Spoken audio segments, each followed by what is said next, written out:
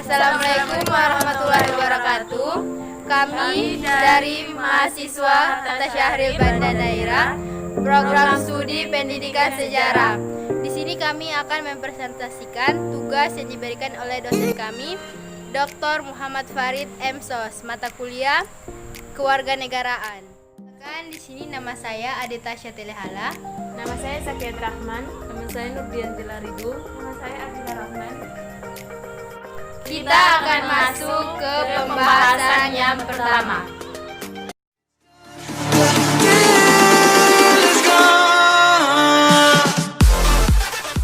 Sebelum itu, falsafah adalah sesuatu pemikiran yang dalam mengenai sesuatu atau dapat juga diartikan sebagai suatu pemikiran untuk dijadikan sebagai pandangan hidup. Dan di sini kita akan membahas tentang Pancasila sebagai falsafah atau Pancasila sebagai dasar negara.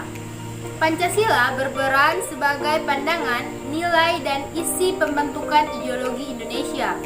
Pancasila sebagai falsafah merupakan fungsi pengendalian dan pegangan sebagai sikap, tingkah laku, serta perbuatan dalam kehidupan masyarakat, berbangsa dan bernegara. Pancasila mengandung nilai-nilai serta norma yang diyakinkan paling benar, adil, dan bijaksana. Pancasila merupakan sarana yang sangat ampuh untuk mempersatukan bangsa Indonesia. Pancasila sebagai dasar negara. Pancasila memiliki 5 elemen yang menjadi karakter dan kepribadian bangsa Indonesia. Nilai-nilai yang terkandung dalam Pancasila merupakan cita-cita dan tujuan Indonesia. Dasar negara merupakan tongkat berdirinya sebuah negara.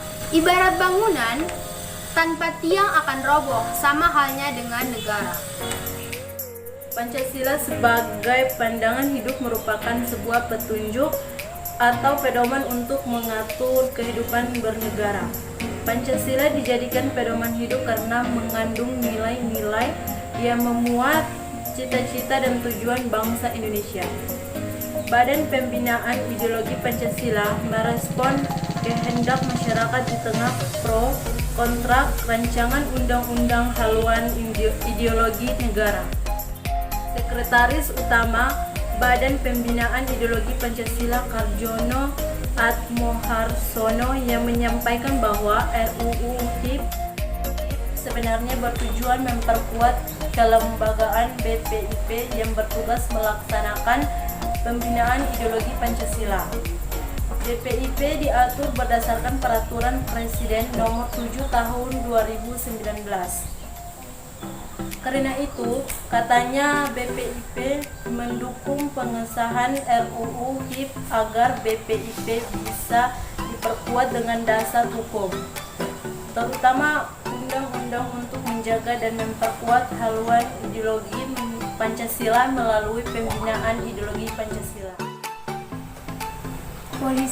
Polisi tangkap perempuan pengunggah video hina Pancasila di Karawang.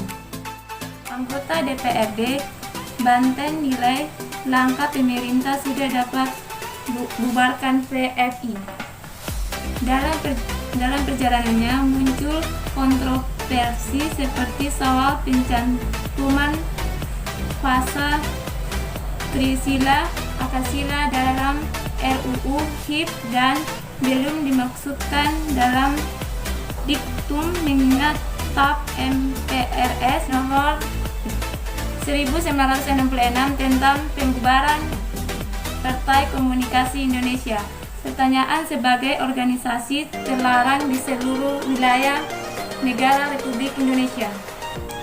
Bagai Partai Komunikasi Indonesia dan larang setiap kegiatan menyebarkan atau mengembangkan paham atau ajaran komunikasi Marxisme-Leninisme.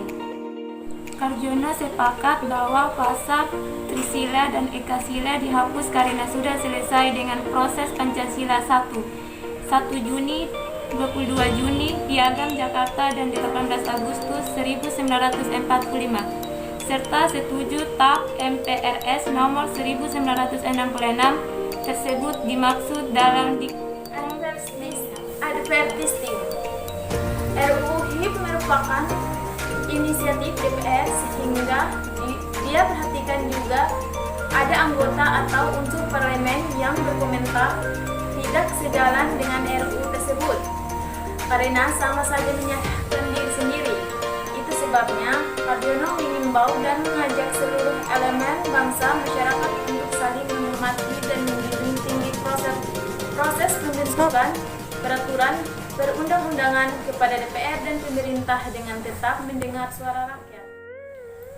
Wakil Ketua Komisi Hukum dan Perundang-undangan Majelis Ulama Indonesia atau disebut juga dengan MUI, Profesor Jainal Arifin Hoisin menjelaskan bahwa Pancasila sebagai status sebagai stats fundamental norm atau kaidah pokok yang fundamental itu mempunyai hakikat dan kedudukan yang tetap, kuat dan tidak berubah bagi negara tersebut.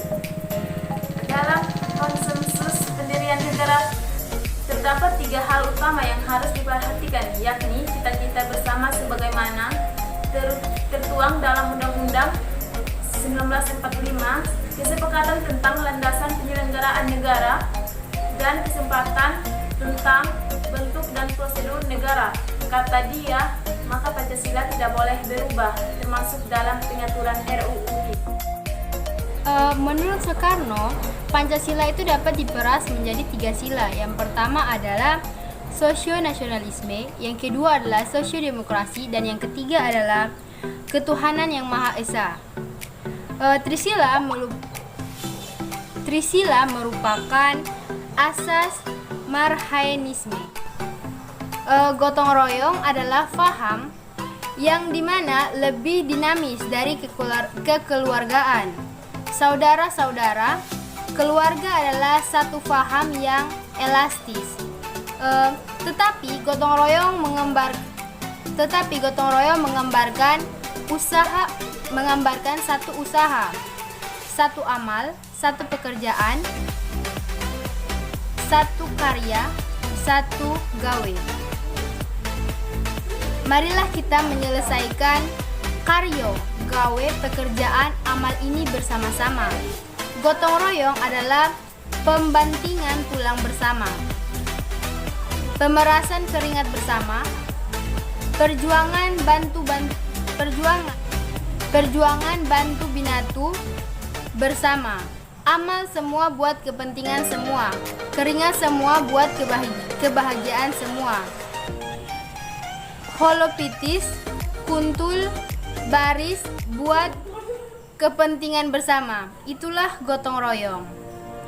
Dikutip oleh pidato Bung Karno pada 1 Juni 1945. Sekian video presentasi dari kami. Kalau ada pengucapan nama atau tempat yang salah, kami mohon maaf. Wabillahi taufiq wal hidayah. Wassalamualaikum warahmatullahi wabarakatuh.